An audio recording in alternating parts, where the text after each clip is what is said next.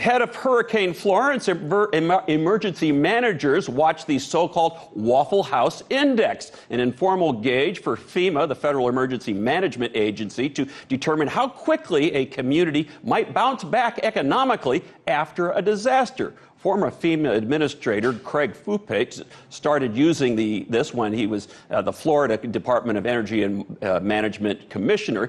Here now to explain is legal journalist Molly Barrows with Ring of Fire Network, joining us from beautiful Pensacola, Florida. Molly, thanks for being with us. How does this Waffle House Index actually work?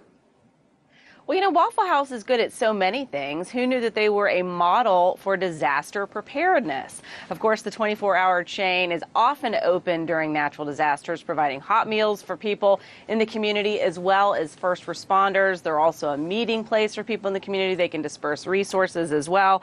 So they have 3 color-coded indicators. Red is we're closed, don't stop by. Yellow is we're open, but we're serving a partial menu. And then green is we're open, it's business as usual, full menu. And this is helpful for emergency responders and agencies like FEMA, because the quicker businesses bounce back in any community affected by a disaster, that's a good sign. It tells them, hey, the sooner they're bouncing back, the sooner that those economies are generating flow again, people are back to work, they're spending money, they're making money. When they're delayed on getting back on their feet, that gives them an indicator of just how well a community is faring in the wake of a disaster. So Waffle House is like the canary in the coal mine. You know it's bad if Waffle House is still closed. It's very interesting. I don't want to make too light of it because it's a really serious thing with natural disasters. But if it's yellow, watch out for the scrapple. That's maybe what's left. And if you don't know what scrapple is, you're safe enough that way. How did this How did this all start, Molly? I mean, they have some sort of history in dealing with disasters, don't they?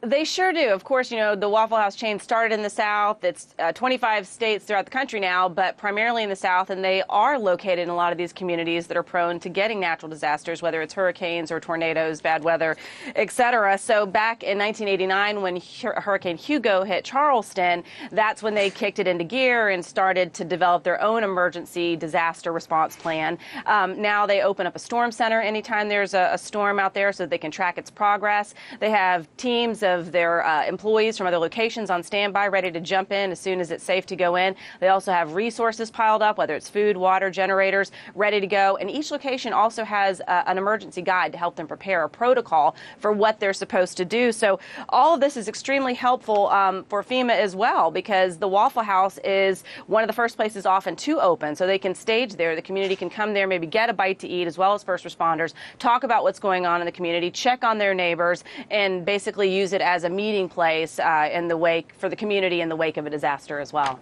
It's really, really interesting. And, you know, this is we love numbers all the time. We show charts, but Waffle House is held privately. Back a couple of years ago, I read data it was worth over $400 million. So it's primarily in the South, right?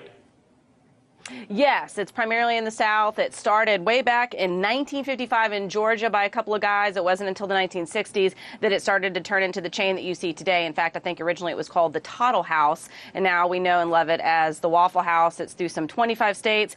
It stretches from Florida to Pennsylvania, Ohio to Arizona, and their claim to fame, among many others, is they say they I guess make 2%, use 2% of the country's eggs in their food service. So this whole business model of fast food with table service really took off. It's hit well, but like you said, it's privately owned and they don't disclose their profits, but they certainly seem like they're doing pretty good based on what they claim they sell.